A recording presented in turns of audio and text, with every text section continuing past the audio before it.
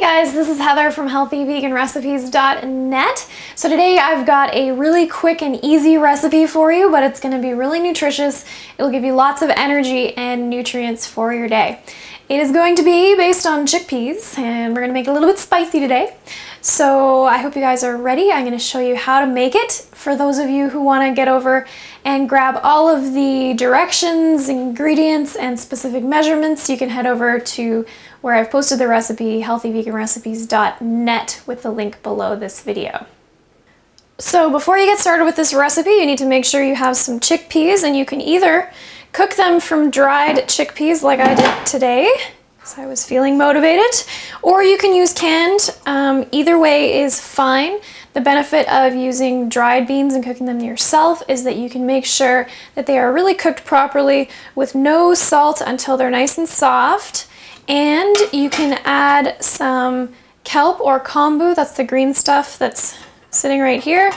That is a seaweed. It helps add minerals to the beans and it helps soften them up. Otherwise, you can find a can of beans that doesn't use salt, which is ideal. And then drain and rinse them and you're ready to get started. So to get started with the vegetables, I've got some onion chopped up here with a little bit of water just at the bottom of the pot and a sprinkle of salt. I'm going to turn this on to medium-high, cover it with a lid, and wait for that water to get boiling. While that's happening, I am going to chop up some zucchini and some red pepper. Now, if you want to, you can saute these in oil.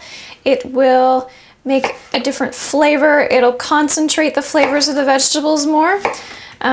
So if you're new to healthy eating, or if you are trying to persuade someone else to start eating healthy, you might want to try doing that. It'll taste more similar to what they're used to. But for myself, a healthier way to do it is to just use that small amount of water at the bottom of the pot. You can call it steaming, you can call it water sauteing, whatever you call it.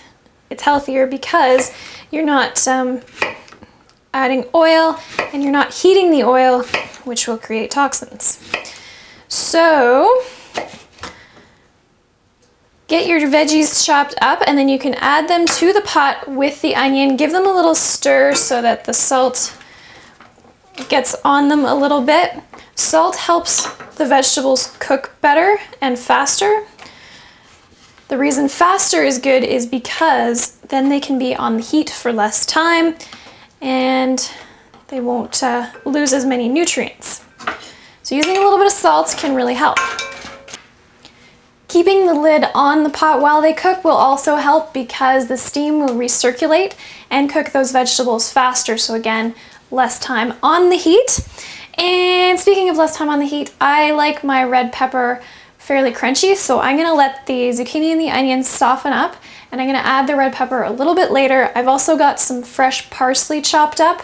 Fresh herbs and fresh greens are always really, really nice to add to any dish because they are so packed with nutrients, but especially for a dish that you're making with beans like chickpeas, because they're really dense and they can be difficult for your body to digest.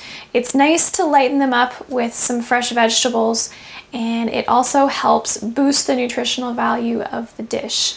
Beans on their own, very little flavor, so you want to add some flavorful vegetables and a really great seasoning, which is what we're going to do next.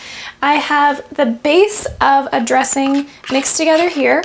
It is sunflower seed butter, lemon juice, and water whisked together to get nice and creamy and thick. I'll post the directions and the proportions over on the site, healthyveganrecipes.net. And then a little bit of salt. And what I used today for salt was umi plum vinegar. I was talking to someone about it last night and thought I would mention it for those of you who want to try something a little bit different. It's purple and it's not really used for vinegar. It's used as salt. So kind of like you would use tamari or soy sauce. Think of that in the same way. Once you have the base of your dressing going, you can keep it in the fridge and add whatever seasonings to the dish that you want, so that it can be very versatile, or you can season it right now and use the same yummy dressing for a few meals.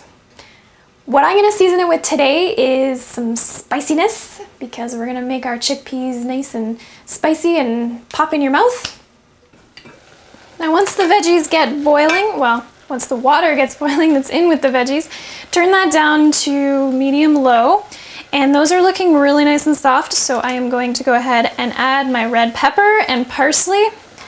And at this point, I'm actually gonna turn the heat off, because the heat that's already in there and in the pot and left over in the burner will carry through to just barely soften the red pepper and the parsley.